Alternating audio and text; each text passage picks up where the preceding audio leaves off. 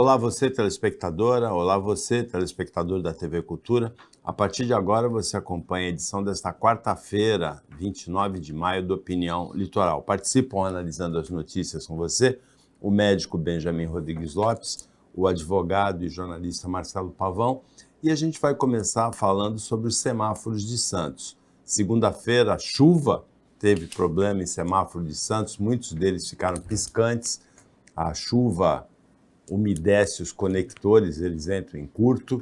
Em São Paulo houve o mesmo problema, mas a Prefeitura de Santos, também a CET, anunciaram que em 4 meses, Benjamin, os semáforos de Santos vão estar sincronizados. Se fosse um adolescente apresentando, ele ia dizer assim, demorou. Ô Paulo, eu sou péssimo de números, você sabe disso melhor que todos nós. Primeiro eu queria cumprimentar os nossos ouvintes, nossos telespectadores, internautas, mas eu queria fazer uma conta. Nós estamos no final de maio. 4 meses está perto da eleição ou é casualidade? Dá em cima da eleição. Casualidade. Eu queria muito, mas muito me dirigir ao prefeito e ao secretário Fifi, que eu não quero mais que melhore o semáforo. Não quero, acho que é assim. Eu já descobri uma coisa. Se tirar o semáforo, acho que o trânsito melhora. Eu peguei várias vezes durante as semanas aquele semáforo extremamente desconectado. Ele tem surto psicótico. Fecha um, abre o outro, quando eu chego no outro, fechou o anterior, eu não consigo andar. Uma rua que tem 5, 6 quadras, tem 3 semáforos.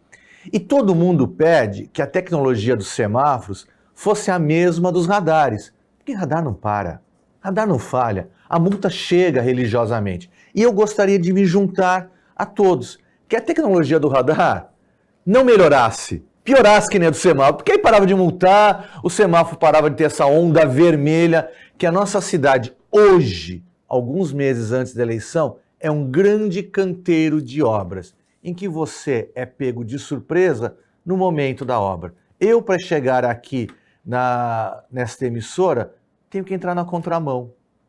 Não tem um CT para ajudar. Marcelo Pavão, boa tarde. Hoje de manhã nós estivemos com o presidente da CET. Exato. E ele disse que esse projeto demorou porque no primeiro ano da administração do Rogério era um ano de pandemia e que depois não teve dinheiro suficiente, que é caro esse projeto, para colocar. Ele disse que vai ter os medidores de trânsito verticais, né? Para adequarem o funcionamento dos semáforos ao fluxo de trânsito. Olha, Paulo, semáforos inteligentes. Primeiro, boa tarde, Paulo, boa tarde, Benjamin, boa tarde a todos que nos assistem. Paulo, eu sou conhecido internacionalmente aqui nessa bancada, na rádio, como o cético. Eu estou dando um voto de confiança, porque eu vejo a seguinte situação aqui em Santos. Se as obras conseguirem chegar a seu fim e a gente tiver essa cidade, com, pelo menos nessa parte que está sendo mexida, repaginada e melhorada, é óbvio que a gestão atual vai contabilizar essa situação. Porque o descontentamento ele é grande, mas a vontade de que as coisas funcionem também. Porque a gente está vendo uma revitalização do centro, reformulação da mobilidade, tem toda uma série de histórias. E os semáforos, eles entram nessa história. Eu não vou chegar aqui e falar, olha, o Fifi inventou isso. Se ele disse que em 4 meses, vamos aguardar. Porque se em 4 meses, é como o Benjamin acabou de dizer, se em 4 meses, às portas da eleição, a cidade não estiver com mobilidade alterada para melhor, se as pessoas não tiverem a percepção de que a cidade melhorou, é óbvio que isso vai respingar na eleição, quando hoje já será uma eleição considerada difícil, uma reeleição do atual prefeito em relação ao principal candidato, e aqui eu não quero desmerecer os candidatos, sejam a Thelma, tal, mas a gente tem uma polarização, Rogério, Rosana Vale.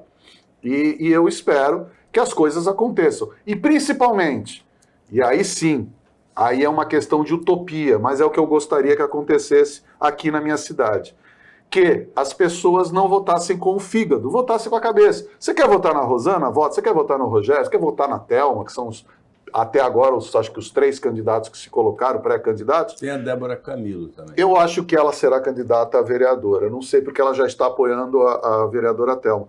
Mas eu espero que sejam cobrados, porque em 2020, na pandemia, ninguém estava interessado, ou pelo menos não era a pauta premente, a pauta maior, ficar falando de programa, de programa de governo que vai fazer. Eu espero que desta vez a gente discuta o que cada candidato vai fazer, com quem você está e o que você dá esse seu cronograma, seu calendário de obras. Porque senão a gente vai ficar sempre nessa história no reboque. E aí, sinceramente, se o prefeito Rogério Santos não entregar tudo, eu acho que a chance dele não ficar mais 4 anos é muito grande.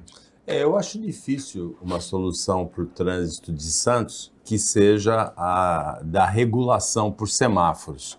O número de veículos é muito grande para um sistema viário insuficiente. Eu não vejo, num curto prazo, uma solução, a não ser com uma mudança de hábitos, né? Que a maior parte da população passe a usar o transporte coletivo, que também é uma questão difícil também de acontecer. Agora, o Pavão abordou o quadro eleitoral em Santos, Benjamin, e o quadro eleitoral em São Paulo teve uma mudança, de acordo com as pesquisas, tanto do Instituto Paraná, como também do Instituto... O Paraná com o Grupo Bandeirantes e o Instituto Atlas com a CNN, né?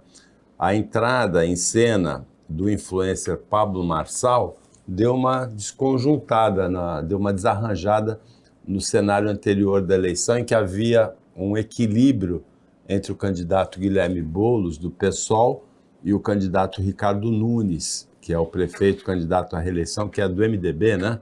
O Ricardo Nunes. Isso. A entrada do Pablo Marçal, ele já chega com 10 pontos, chegando, empatado com a Tabata Amaral, que estava em terceiro lugar com 10 pontos também, 9,9, e um pouquinho na frente do Datena, que também rouba votos do prefeito.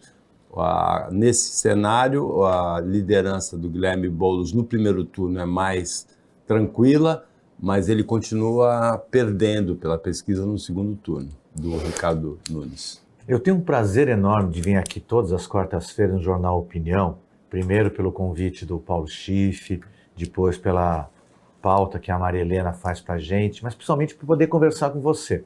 Mas acho que hoje, assim, o Marcelo Cético Pavão já está incorporado. Eu vou ficar o Benjamin Irritado Lopes. Porque essa pauta é de hoje, essa segunda notícia, me deixa profundamente envergonhado de ser brasileiro. Nós estamos discutindo uma prefeitura da maior cidade da América do Sul, uma das maiores cidades do mundo. Tem um atual prefeito, que eu gosto, não gosto, pouco me importa. Tem o Boulos, que é uma novidade nesse meu caminho, também não me importa. Mas me dá vergonha, a palavra acho que é pior, é ojeriza, de discutir sobre Pablo Marçal. Pablo Marçal, para quem não o conhece, e eu tinha esquecido quem era, viu, Maria Helena? Hoje eu peguei a pauta um pouco mais cedo, me preparei. Pablo Marçal é um influencer, ele tem 10 milhões de seguidores. Mas ele é aquele cara que fez uma excursão pro Pico da Neblina, que tiveram que chamar os bombeiros para resgatar as pessoas, ele abandonou as pessoas lá. Ele é um influencer que fez uma fake news agora recentemente sobre o sul do Brasil, dizendo que o governo do Rio Grande do Sul estava impedindo a entrada de doações. Teve que até a Polícia Federal mandar texto por escrito. A Advocacia Geral da União entrou com ação contra ele. E ele sai com 10% dos votos. O Marcelo, que é o mais velho aqui da bancada, vai lembrar quando a população de Santos resolveu votar no Cacareco, no Macaco, num monte de outros candidatos, que tem a sua representatividade, mas me causa vergonha. Discutir o Datena, Paulo, eu me recuso a discutir o Datena agora, porque eu não sei se ele vai ser candidato. Ele é sempre o quase candidato. Ele ganharia sua popularidade, negocia, conversa, chama atenção, volta para o seu programa com mais audiência. Concretamente, a gente tem uma discussão de futuro. O que vai ser a cidade de São Paulo? Uma cidade alinhada ao governo bolsonarista do governador e ao ex-presidente, em que o atual prefeito se declara e perde o apoio, ou uma cidade voltada à esquerda com Boulos, que faz toda uma discussão como a repensar a cidade do ponto de vista social. Lá como cá, talvez algumas pessoas sejam decisivas. A Thelma, hoje, ela aparece em terceiro, mas ela tem aqui em Santos uma posição muito importante. Talvez se a Thelma não existir nessa eleição, não daria segundo turno. E a candidatura, que está crescendo, a Débora Camilo, eu tive num evento essa semana do lançamento do pré-programa de governo da possível candidata Thelma de Souza, a Débora se apresentava como vereadora apoiando uma possível candidatura da Thelma. Acho que ainda temos muita página para virar nesse livro. Olha, Paulo, eu só quero, assim, eu acho que a Prefeitura de São Paulo, né, a principal, mais importante cidade do país, um dos maiores orçamentos, tem mais dinheiro no orçamento do que vários estados, eu acho que as candidaturas elas precisam ser colocadas com mais respeito à população. Eu acho que hoje está faltando respeito à população. Porque as pessoas se lançam candidatas, mas se lançam candidatas como o Benjamin falou, quer dizer, porque eu sou um influencer que tenho 10 milhões, o outro apresenta um programa. E a única coisa que eu queria complementar em relação ao Datena é que toda vez que ele se diz candidato e depois ele não fica como candidato, o Datena renova seu contrato e é ele que embolsa dinheiro. Então, eu acho que o paulistano ele merece mais respeito, merece saber o que as pessoas que postulam sentar na cadeira de prefeito vão fazer. Porque isso não está... Eu não estou sabendo... Primeiro que o Ricardo Nunes ele era o vice do Bruno Covas. Então ele precisa dizer o que ele vai fazer, porque ele não está fazendo nada. Ontem ele foi, coisa linda, eu fui às lágrimas, ele comendo com a merenda das crianças na escola municipal. Eu fui às lágrimas, acho que ele nunca pisou numa escola pública e ontem estava comendo com as crianças. A mesma coisa os outros pré-candidatos. O que vocês vão fazer? E a gente não vê isso, a gente vê um grande oba-oba, porque está todo mundo surfando na verba partidária, no dinheiro que vai rolar para você ser candidato. E rola também para não ser candidato. Então a gente precisa de mais respeito e cobrar o político. Não votar com fígado, porque hoje, infelizmente, a gente vota com fígado. E aí elege um prefeito ou uma prefeita que não sabe o que vai fazer e a gente fala, aí não foi bom. É porque o povo não soube fazer essa situação. Agora, o grande problema que a gente fala do Boulos, das outras candidaturas, Tabata, e agora o Pablo Marçal, é aquela coisa, qual que é o objetivo, qual que é a pretensão ao sentar na cadeira de prefeito / prefeita de São Paulo? A gente não está sabendo. E aí o que acontece? Enchentes, mortes, doenças, serviço público deficitário, serviço de educação deficitária, não tem novas obras, não tem, se olha na mobilidade, e não acontece nada em São Paulo. Essa que é a verdade. Então a gente precisa começar a cobrar, é a mesma coisa aqui em Santos, em qualquer cidade. A gente precisa começar a cobrar o político do que ele vai fazer para depois ficar no pé dele na cronologia. Hoje, o que a gente tem? A pessoa é eleita e depois vem com desculpa. Eu não tinha dinheiro, eu não podia fazer, eu não era assim, não era assado, não era não sei o quê, e só desculpa. Então, população, principalmente eleitor de São Paulo, paulistano, vamos votar com a cabeça e não com o fígado. Uma notícia de hoje é um decreto em que o governo Lula nomeia o embaixador em Israel, Frederico Meyer, como representante do país na Conferência de Desarmamento das Nações Unidas e não nomeia ninguém para o posto. Não é uma ruptura diplomática, mas é um indício, é um sinal de que o governo Lula vai se afastando do governo Netanyahu em Israel. O Opinião Litoral volta depois do intervalo. Fica com a gente que é bem rapidinho.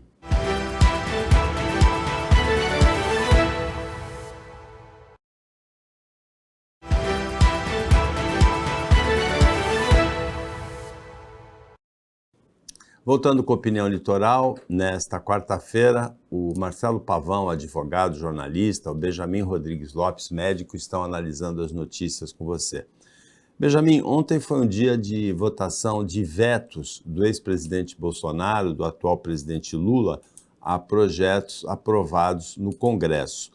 o Congresso manteve o veto do Bolsonaro à não criminalização das informações falsas em campanhas eleitorais, continuam não sendo crime, de acordo com o veto do Bolsonaro, derrubou o veto parcial do presidente Lula à saidinha dos presos, que existe uma unanimidade nacional hoje contra essa saidinha, derrubou também vetos a projetos de transgêneros, transexuais, da linha LGBTQIA+.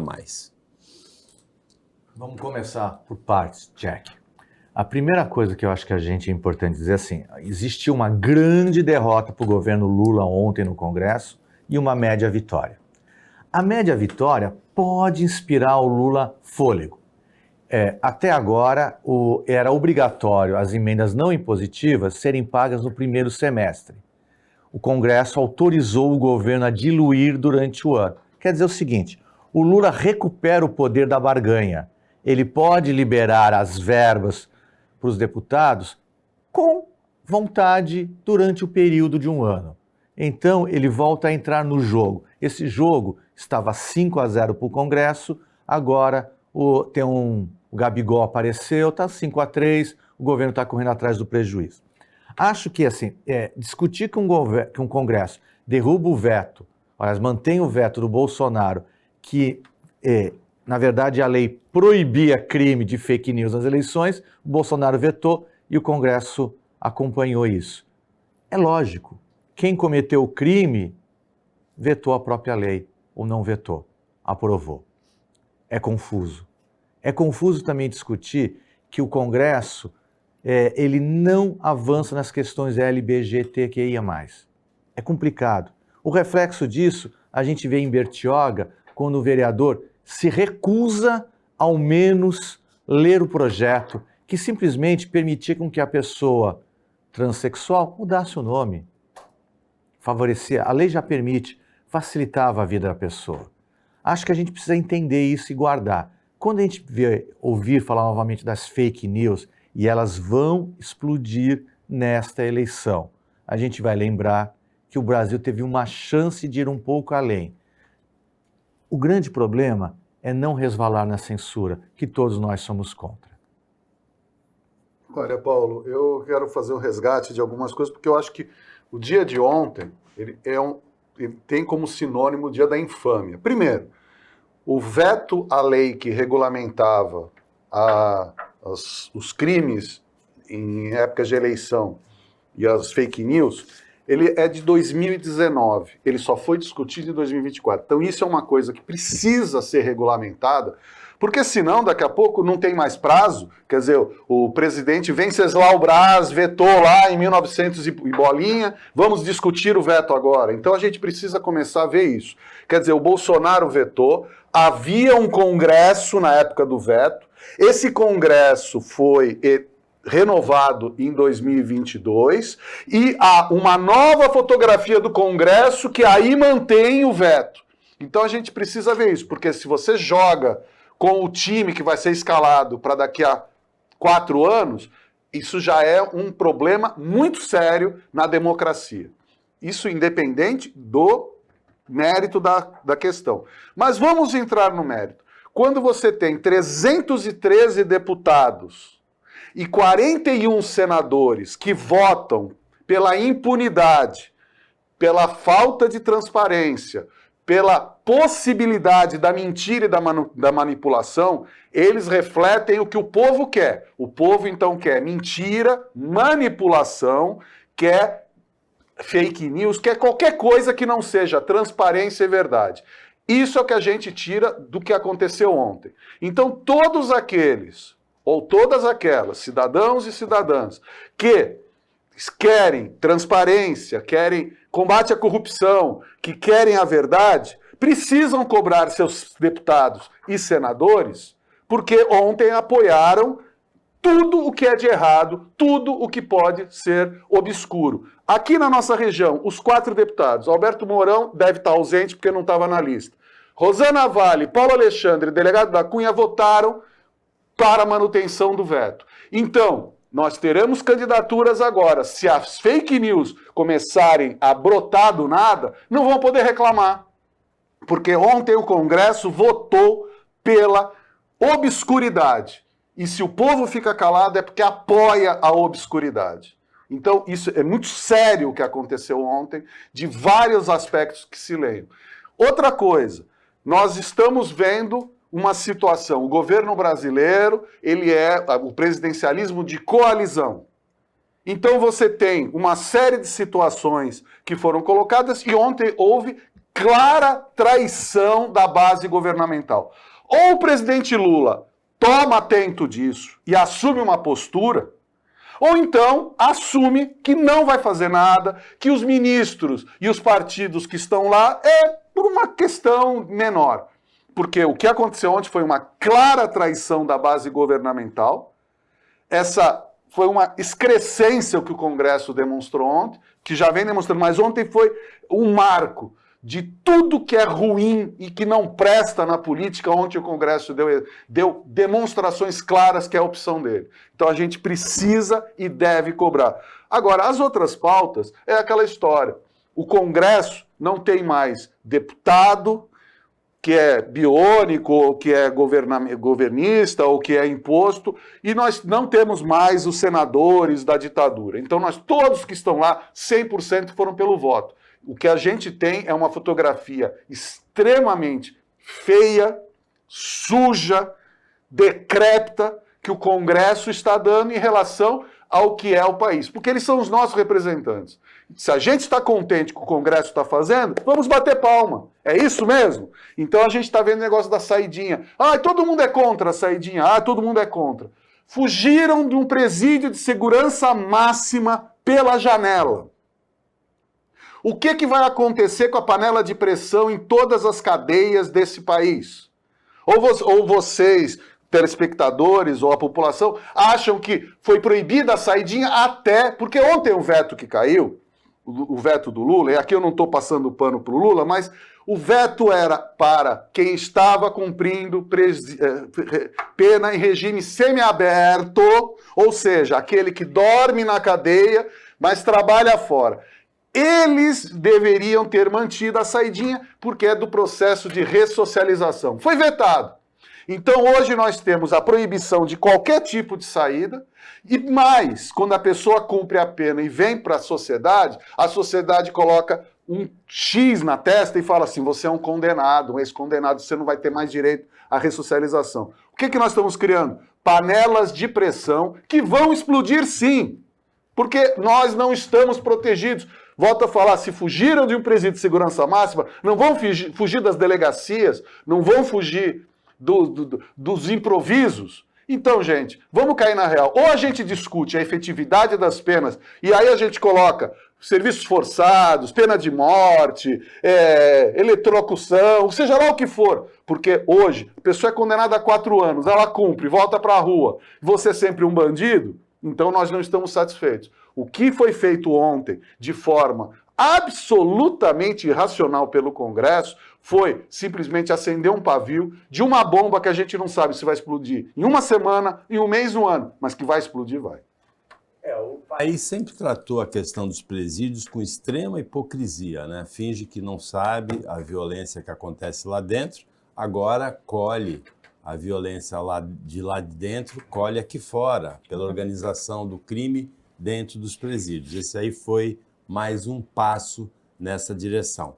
Tem uma notícia que a gente aqui no jornal Opinião Litoral sempre tratou como sequestro e cárcere, que foi a notícia daquela mãe de Santos que tirou um filho do qual ela não tinha a guarda era do pai e da avó materna, da avó paterna. Ela tirou o filho do pai, isso foi no começo de abril, e sumiu com o filho. Agora a justiça, a polícia determinou que ela responde pelo crime de sequestro e cárcere, como nós sempre tratamos esse caso. Ela tem a prisão decretada e 2 cunhadas que ajudaram nesse sequestro e nesse cárcere foram presas, Benjamin.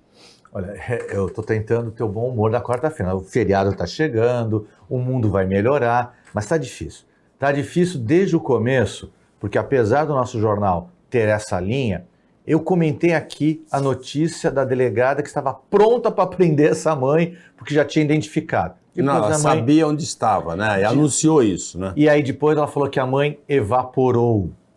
Agora, eu tentei entender, eu reli a notícia várias vezes.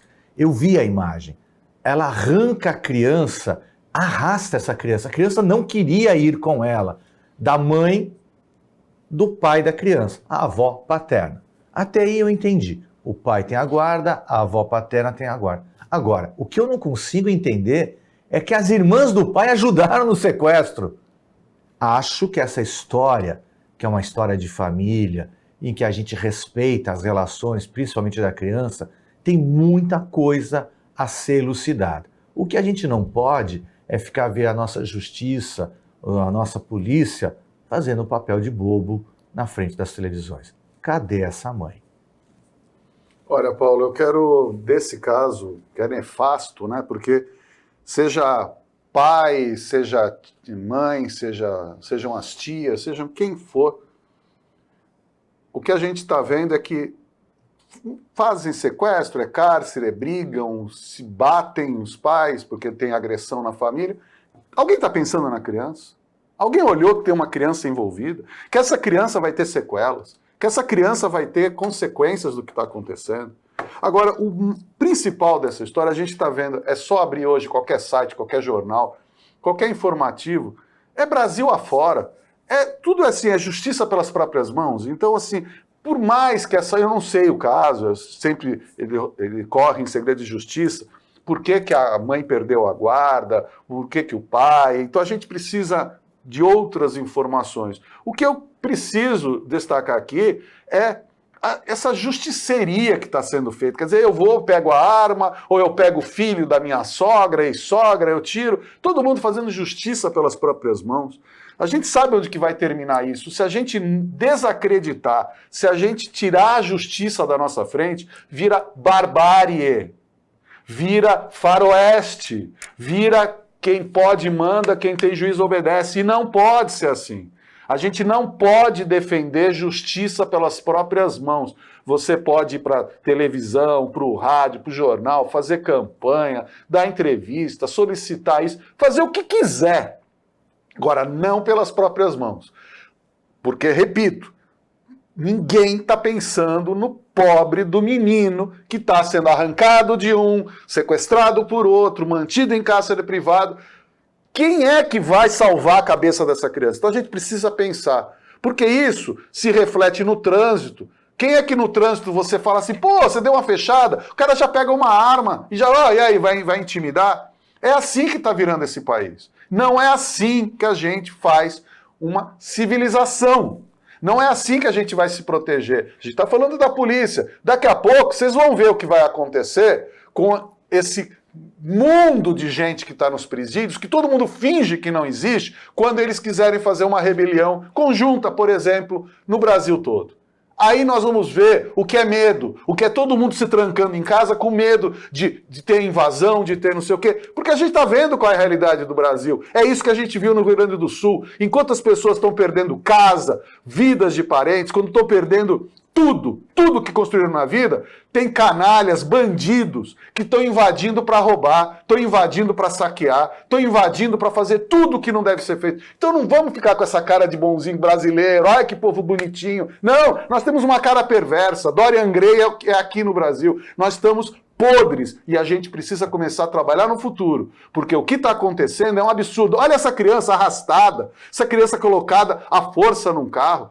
Pensem nas crianças antes da gente ficar fazendo esse tipo de coisa. Isso é um absurdo.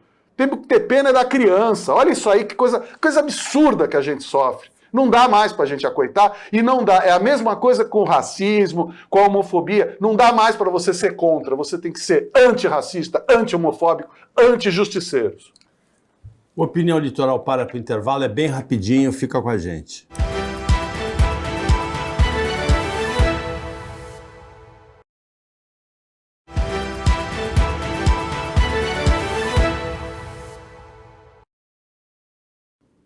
Voltando com a Opinião Litoral, agora é o último bloco. Nesta quarta-feira, o Benjamin Rodrigues Lopes e o Marcelo Pavão estão comentando, analisando as notícias com você. Pavão, o Nubank, banco digital, passou a ser o banco mais valioso de toda a América Latina, ultrapassou o Itaú, que é um banco tradicional, físico, com estrutura, e se torna a segunda empresa mais valiosa do Brasil, só atrás da Petrobras. É uma mudança muito significativa essa. Então, Paulo, é assim, ela é muito significativa, é uma mudança que, pelo menos a mim, me inspira um pouquinho de desconfiança. Primeiro porque o Nubank é um banco que não tem agência, é um banco virtual, é um banco moderno para os padrões tradicionais. E isso me preocupa muito, porque é um banco nuvem. E aí? E como é que você cobra? Como é que você chega? Então, assim, eu tenho muitas ressalvas. Eu sou, eu sou analógico, eu fui criado na era analógica, tenho um pouco de dificuldade com essa plena tecnologia. Eu gostaria de ver, não o Nubank ser o maior, eu gostaria que a notícia fosse assim, 100 novos bancos são abertos no Brasil, 1000 novos bancos são, porque se a gente tem concorrência, você aí tem qualidade. Hoje você tem o quê? O Nubank você paga menos, as taxas são inferiores, você não tem muita conta e você migra para lá. Me preocupa de repente, daqui a pouco a gente começar a ver os principais bancos, lá, Bradesco, o Itaú, o Santander e os bancos estatais começarem a falar, vamos fechar e vamos ficar só no virtual. Isso me preocupa, porque eu ficaria satisfeito olha, o Brasil agora tem centenas de bancos, você escolhe a taxa melhor, o quem te melhor atende. Mas não é isso, está saindo de um e concentrando em outro. Para mim, é 6 por meia dúzia. Eu tenho um filho de 9 anos, essa semana eu estava brincando com ele e peguei uma nota de R$100 e mostrei para ele. Falei, olha, veja porque você vai esquecer dela. A gente evolui rapidamente para não existir mais dinheiro em papel ou dinheiro em moeda. E agora a gente evolui rapidamente para não existir mais banco físico.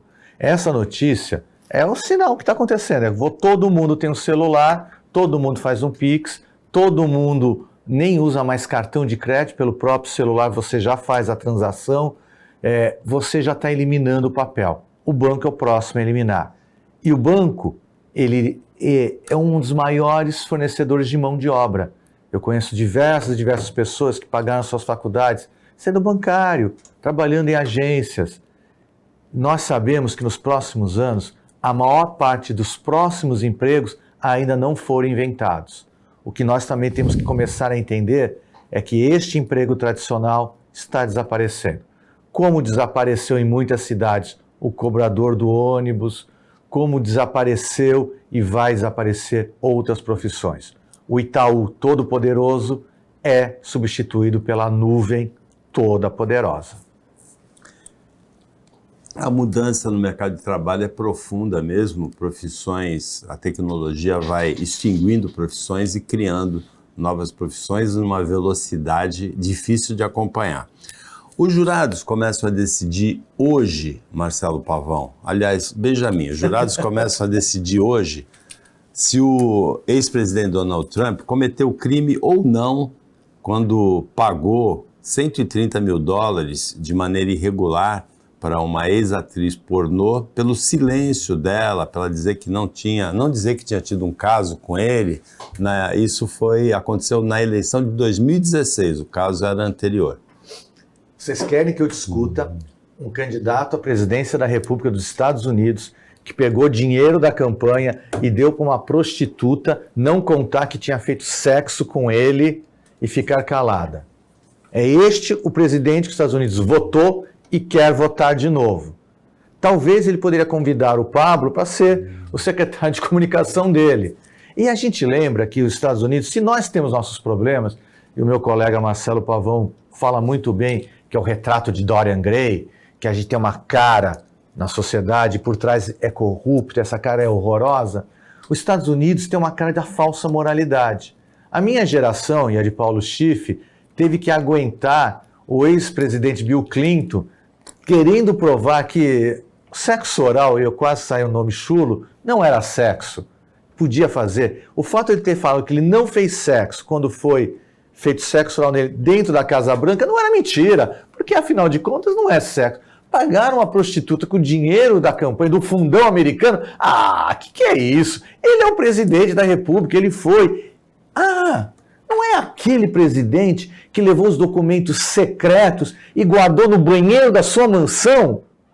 Puxa vida, a vida dele pública é privada. Paulo, esse julgamento ele é emblemático. Primeiro, o mundo todo assistiu dia 20 de janeiro, foi 20 de janeiro de 2020, se não me engano, né? Não olha para mim com números, pelo amor de Deus. Foi em janeiro de 2020 quando ele incitou... 21 de janeiro, ele incitou... 20 de janeiro de 21. 2021. Quando ele incitou os seus correligionários e apoiadores a invadir o Capitólio, invadir a sede da democracia americana, ou seja... Bill Clinton, o Donald Trump, ele deu a senha para o início do fim da democracia. E nós estamos vendo, provavelmente ele será condenado aqui. Pesquisas americanas dizem que ele não vai ser atingido, tem outros, inclusive esse dos documentos, e são 34 acusações. Só que o que a gente está vendo é que os Estados Unidos, depois da Segunda Guerra, eles assumiram a paternidade, vamos dizer assim, do padrinho, né? Então vamos ser o padrinho do mundo democrático. E a partir de Donald Trump, os Estados Unidos tomaram o partido de falar assim, cada um por si, dane-se. E é por isso que está estourando muita guerra pelo mundo, porque acabou aquela sensação de segurança. Acabou a sensação que a ONU pode fazer alguma coisa. E o Donald Trump, ele é responsável direto por isso. Ele provavelmente será condenado. Espero que a população americana acorde, porque será um absurdo se nós tivermos um presidente preso. E aí o pessoal fala, mas o Lula foi descondenado. Então vamos aprender jurídico antes de saber o que é quando você tem juiz imparcial, quando você tem nulidade, que é o objetivo do mundo criminal. O que a gente está vendo nos Estados Unidos é muito perigoso, porque nós estamos vendo que as pessoas não querem votar no Biden, mas também tem medo do Trump, só que aí lá as pessoas não querem votar. E provavelmente Donald Trump, se nada mudar, ele pode ser condenado, pode ser preso, ele provavelmente será presidente da República, e aí nós vamos ter uma lição na prática de como que se vê o fim da democracia. Isso já aconteceu em várias vezes na história, e nós estamos prestes a ver a queda da democracia nos Estados Unidos, e depois, quando a gente começar a multiplicar pelo planeta ditaduras, aí a gente vai ter saudade da época que podia falar o que queria. A Opinião Litoral chega ao final, a gente agradece as participações do Benjamin Rodrigues Lopes e do Marcelo Pavão como comentaristas, o trabalho da equipe técnica de jornalismo daqui do Sistema Costa Norte e a você que acompanhou a gente mais essa edição. Até amanhã, nesse mesmo horário, depois do Jornal Litoral, e uma ótima quarta-feira, um ótimo feriado para você que você merece.